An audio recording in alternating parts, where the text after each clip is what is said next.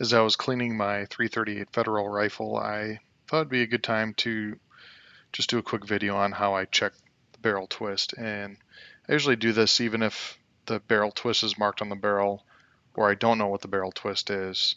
I want to confirm the twist of the barrel before I start doing load workups and see if I can match the bullets for stability. To get an accurate barrel twist measurement, you need a cleaning rod that has a good ball bearing in it, nice smooth ball bearing. So I use the Tipton cleaning rod, carbon fiber cleaning rod, and then I use the Tipton nylon brush. And since my barrels are right-hand twist, what I'll do is I'll push the nylon brush all the way through, make sure the nylon brush is on tight, and then I'll pull the nylon brush back into the muzzle of the barrel, ensuring with the carbon fiber rod that the nylon brush is still on tight before I start pulling it back through. And when you pull the rod back through the barrel, it'll twist in the direction to keep the nylon brush tight on it, since it's a right-hand twist barrel. If it's a left-hand twist barrel, you probably want to check the barrel twist by pushing the rod through the barrel towards the muzzle. I start by putting painter's tape on the stock because the painter's tape won't damage the stock at all. Then I use my tape measure, marking the tape from a known surface that I'm going to be marking my twist from, or measuring my twist from, which in this case is the back side of the bolt or the action. And then I'll push the cleaning rod all the way through the barrel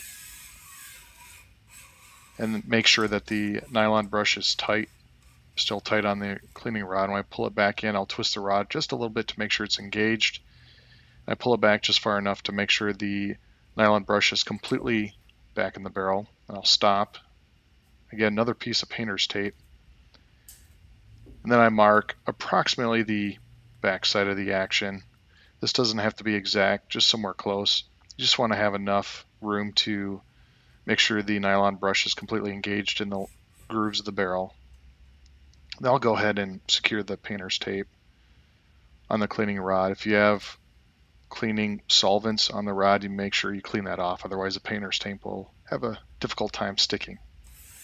So I'll pull it back all the way back out, push it all the way back in, re-engage, making sure that the nylon brush is tight, and I'll pull it back slowly until the front edge of the painter's tape is abeam the back face of the action.